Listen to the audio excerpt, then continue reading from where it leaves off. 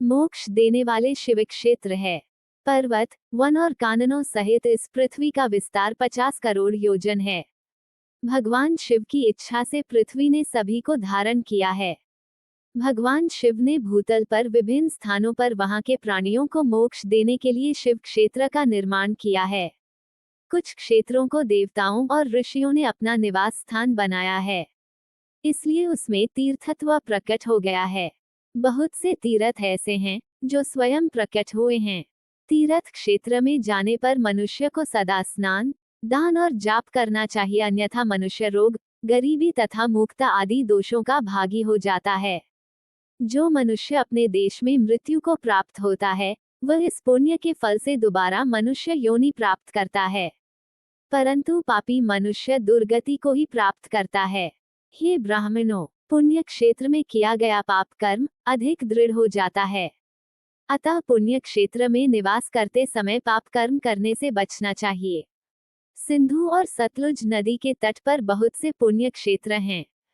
सरस्वती नदी परम पवित्र और 60 मुख वाली है, अर्थात उसकी 60 धाराएं हैं। इन धाराओं के तट पर निवास करने से परम पद की प्राप्ति होती है। हिमालय से निकली हुई पुण्य सलिला गंगा 100 मुख वाली नदी है। इसके तट पर काशी, प्रयाग आदि पुण्य क्षेत्र हैं। मकर राशि में सूर्य होने पर गंगा की तटभूमि अधिक प्रशस्त एवं पुण्यदायक हो जाती है। सोनभद्र नदी की 10 धाराएं हैं। बृहस्पति के मकर राशि में आने पर यह अत्यंत पवित्र तथा अभीष्ट फल देने वाली है। इस समय यहाँ स्नान और उपवास करने से विनायक पद की प्राप्ति होती है। पुण्य सलिला महानदी नर्मदा के 24 मुख हैं। इसमें स्नान करके तट पर निवास करने से मनुष्य को वैष्णव पद की प्राप्ति होती है। तमसा के 12 तथा रेवा के 10 मुख हैं। परम पुण्यमयी गोदावरी के 21 मुख हैं। ये ब्रह्महत्या तथा गोवध पाप का नाश करने वाली एवं रुद्रलोक देने वाली है। कृष्णवेणी नदी समस्त पापों का नाश करने वाली है। इसके 18 मुख हैं तथा यह विष्णुलोक प्रदान करने वाली है। तुंगभद्रा 10 मुखी है एवं ब्रह्मलोक देने वाली है। सुवर्ण मुखरी के 9 मुख हैं। ब्रह्मलोक से लौटे जीव इसी नदी के तट पर जन्म लेते हैं। सरस्वती नदी, पंपा सरोवर, कन्याकुमारी अंतरीप तथा शुभकारक श्वेत नदी सभी पुण्य क्षेत्र हैं।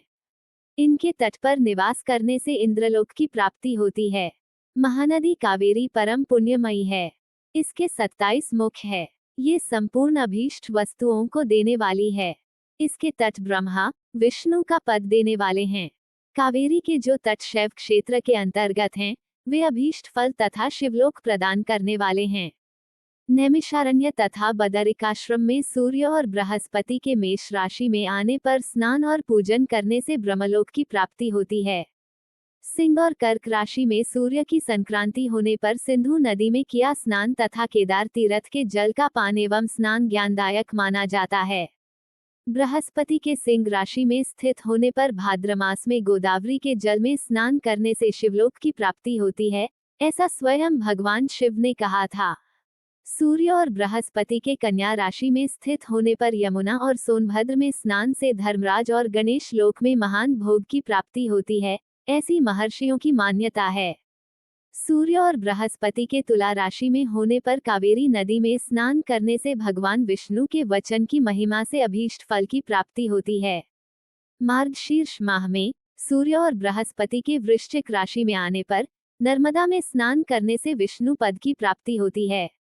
सूर्य और बृहस्पति के धनु राशि में होने पर सुवर्ण मुखरी नदी में किया स्नान शिवलोक प्रदान करने वाला है।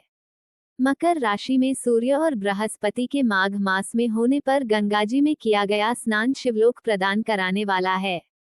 शिवलोक के पश्चात ब्रह्मा और विष्णु के स्थानों में सुख भोग कर अंत में मनुष्य को ज्ञान की प्राप्ति होती है। माघ मास में सूर्य के कुंभ राशि में होने पर फाल्गुन मास में गंगा तट पर किया श्राद्ध, पिंडदान अथवा तिलोदक दान पिता और नाना दोनों कुलों के पितरों की अनेकों पीढ़ियों का उद्धार करने वाला है। गंगा व कावेरी नदी का आश्रय लेकर तीर्थवास करने से पाप का नाश हो जाता है और वेगवती नदियां ब्रह्मलोक की प्राप्ति रूप फल देने वाली हैं। इनके तट पर स्वर्गदायक क्षेत्र हैं। इन नदियों के मध्य में बहुत से पुण्य क्षेत्र हैं। यहाँ निवास करने वाला मनुष्य अभीष्ट फल का भागी होता है। सदाचार, उत्तम वृत्ति तथा सद्भावना के साथ मन में दया भाव रखते हुए विद्वान पुरुष को तीर्थ में निवास करना चाहिए, अन्यथा उसे फल नहीं मिलता। पुण्य क्षेत्र में जीवन बिताने का निश्चय करने पर तथा वास करने पर पहले का सारा पाप तत्काल नष्ट हो जाएगा, क्योंकि पुण्य को ऐश्वर्यदायक कहा जाता है। हे ब्राह्मणों, तीर्थ में वास करने पर उत्पन्न पुण्य कायिक, वाचिक और मानसिक सभी पापों का नाश कर देता है।